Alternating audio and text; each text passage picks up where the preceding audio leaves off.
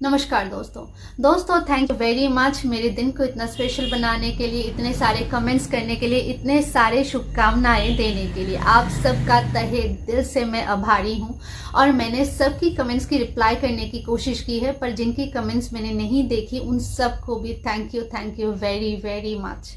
मैंने आज सोचा था कि आज कोई भी वीडियो नहीं बनाऊंगी, आज पूरा वक्त मैं अपनी फैमिली मेंबर्स को दूंगी, पर सुबह उठते ही न्यूज़पेपर देखा और न्यूज़पेपर में ऐसा एक मुद्दा देखा जिसको देखते ही मैं खुद को रोक नहीं पाई और मैंने सोचा चलो एक वीडियो बना ही लेते हैं अपने दोस्तों के लिए और अपनी जो दिल की बात है वो शेयर कर देते हैं। दोस्तों, पृथ्वी जो है ये परिवर्तनशील है, तो इस परिवर्तित युग में पुनर्नियोग का क्या सिस्टम है। न्यूज़पेपर खोलते ही देखती हूँ कि मंत्री की साला, बीवी, रिलेटिव्स, बड़े बड़े ऑफिसर्स की ये रिलेटिव्स, बीवी, ये वो, उनका पुनर्नियोग किया जा रहा है। ये आए दिन न्यूज़पेपर में आता ही रहता है। ये तो वो पुनर्नियोग है जो न्यूज़पेपर में आते हैं। न जाने ऐसे कितने सारे पुनर्नियोग होंगे जिनके सिस्टम में थोड़ी सी सेटिंग अच्छे हैं, उनका पुनर्नियोग होता है और वो अंडर द टेबल होता है, जिसके बारे में बहुत सारे लोगों को पता भी नहीं है।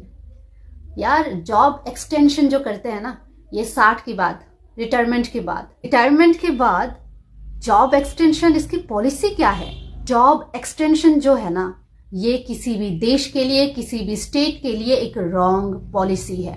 अगर कोई मुझे मेरी व्यक्तिगत राय पूछे ना, तो मैं कहूंगी जो जॉब एक्सटेंशन या फिर ये जो कहते हैं ना पुनर्नियोग लेते हैं ना, ये ऑफर लेते हैं ना, ये लोग समाज का बोझ है। मेरे हिसाब से तो ये लोग समाज का बोझ है। 60 के बाद भी आप में इतनी सी इंसानियत नहीं जगी। आप एक सिंपल सी बात समझो, एक ग्रुप डी या फिर ग्रुप सी जो जॉब करते हैं, लास्ट एज में जाके उनका जो सैलरी होता है ना, लास्ट जो नौकरी रहता है, बचा कुचा नौकरी रहता है, तब उनका सैलरी कितना होता है पता है? 60 से 70 के ऊपर। आप सोच के देखो, रिटायरमेंट के बाद अगर वो जॉब एक्सटेंशन लेते हैं, यानी कि वो किसी बेरोजगार 3 से 4 लोगों की पेट काट के वो पैसे निकाल रहे हैं।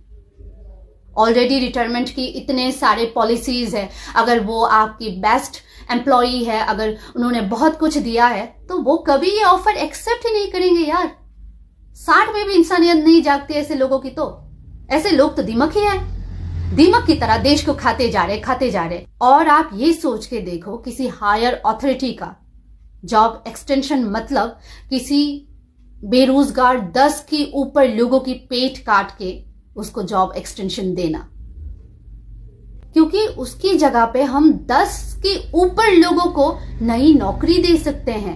ऐसे हमारे देश में ना लाखों बेरोजगार पड़े हुए हैं यार, इनके बारे में कोई नहीं सोचता। जॉब एक्सटेंशन के ऊपर एक्सटेंशन लगा के जा रहे हैं, एक पेड़ कब्र में, फिर भी उनको जॉब करना है।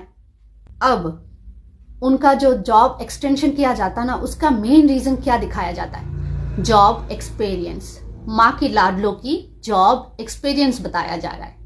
तो जॉब एक्सपीरियंस के बारे में बता दूं, न्यू कमर्स जो है, न्यू जनरेशन जो है, वो हमेशा आप ये बात याद रखिए, साइंस ने भी माना ये बात कि वो ऐसे लोगों से, बुजुर्गों से एक कदम आगे होते हैं। हाँ, उनके पास एक्सपीरियंस नहीं है, पर नॉलेज की कमी बिल्कुल नहीं है।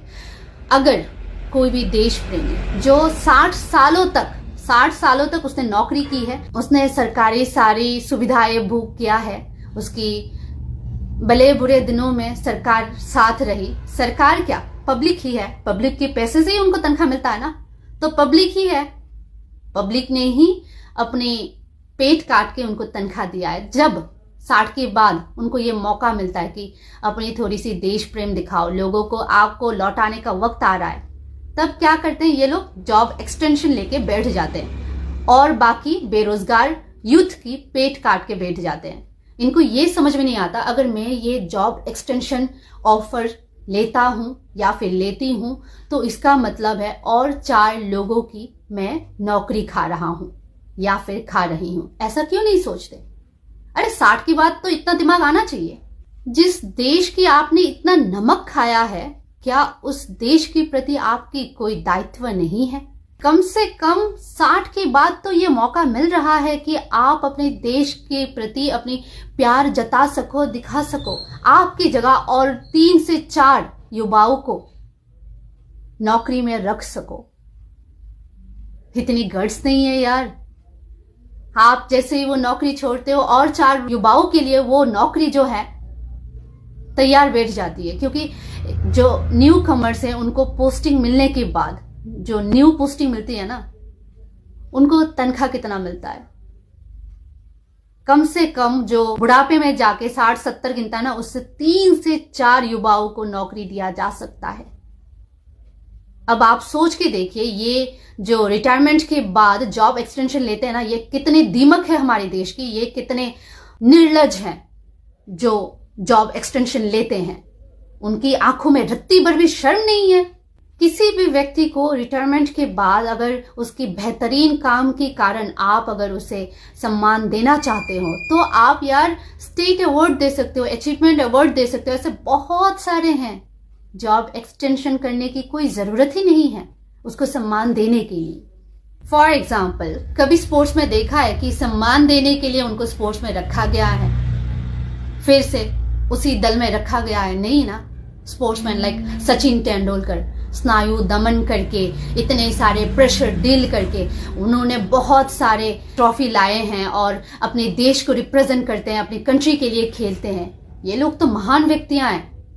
ये लोग तो कभी नहीं कहते कि मुझे इस स्पोर्ट्स में एक्सटेंशन की जरूरत है, मुझे नहीं किया जाएगा तो मैं अपनी जो एक्सपीरियंस है मैं न्यू कमर्स के साथ शेयर नहीं करूंगा। ये लोग तो नहीं कहते। ये लोग तो खुले दिल से अपनी सारी एक्सपीरियंस शेयर करते हैं, क्योंकि उनको पता है ये मेरे देश के लिए खेल रहे हैं, ये मेरे देश की तरक्की के लिए बहुत जरूरी है। तो ये जो रिटायरमेंट के बाद जॉब एक्सटेंशन लेते हैं उनमें भी थोड़ी सी डालो भाई, स्पोर्ट्समैन स्पिरिट बहुत जरूरी है। उम्र का भी एक सीख होता है ना, है कि नहीं?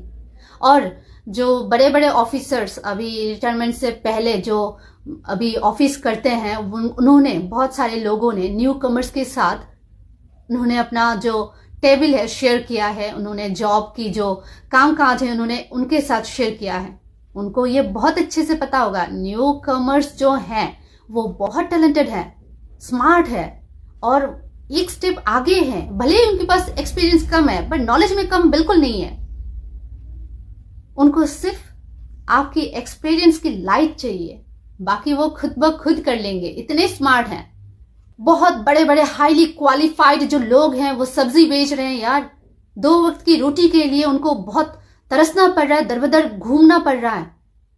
कुछ दिन पहले मैं आगरतला गई थी। आगरतला से एक ऑटो वाले भैया के साथ बातचीत हुई। वहां पे मैंने देखा कि वो बंदा जो है उन्होंने पहले बीएड किया हुआ है, उसके बाद उन्होंने एमएड किया हुआ है, फिर वो क्या कर रहे हैं, ऑटो चला रहे हैं। नौकरी की इतनी कमी है और इतने सारे बेरोजगार हमारे देश में भरे पड़े हैं। ऐसे हालात में अगर आप पुनर्नियोग करोगे, जॉब एक्सटेंशन करोगे तो कैसे चलेगा? हॉलीवुड मूवी 2012 देखा है क्या? वहां पे आप लोगों ने देखा ना, युवाओं को, सबसे पहले युवाओं को, बच्चों को, उनको चुना गया जीने के लिए। फिर ऐसे लोगों को जो हमारे देश के लिए बहुत कुछ करते हैं, किया है, ऐसे लोगों को चुना गया। फिर ऐसे ऐसे लोगों को चुना गया, हर क्लास के लोगों को चुना गया। वहां से सीखना चाहिए यार, बहुत कुछ सीखने को है। और जो देश प्रेम बोलते हैं ना कि उसने अपनी नौकरी को इतना कुछ दिया है, बेहतरीन काम दिया है, मतलब वो एक अच्छा बंदा होगा जिसने अपनी नौकरी को इतना कुछ दिया है ना। देश प्रेम जब हम अपने देश को प्यार करते हैं ना, तभी हम जब सरकारी कामकाज होते हैं उसको इतने प्यार से उसकी देखभाल, एक तरफ से देखभाल करना ही होता है, उसको इतना ईमानदारी से निभाते हैं। ऐसे ईमानदार लोग, ऐसे देशभक्त लोग कभी जॉब एक्सटेंशन को बढ़ावा नहीं दे सकते। वो लोग कभी भी पुनर्नियोग को एक्सेप्ट ही नहीं करेंगे यार। अगर ऐसे लोग होंगे तो ये लोग भ्रष्टाचारी है जो जॉब एक्सटेंशन ऑफर को एक्सेप्ट करते हैं। लायक नहीं है वो इस देश की। थू है ऐसे लोगों पे, मैं तो साफ कहूंगी थू है आप जैसे लोगों पे जो जॉब एक्सटेंशन लेते हो और बाकी युवा पीढ़ियों की पेट काट के खुद की जेब बढ़ते हो। 60 साल के ऊपर होने के बाद भी जिसमें देशभक्ति नहीं जगी, थू है, ऐसे लोगों पे थू है।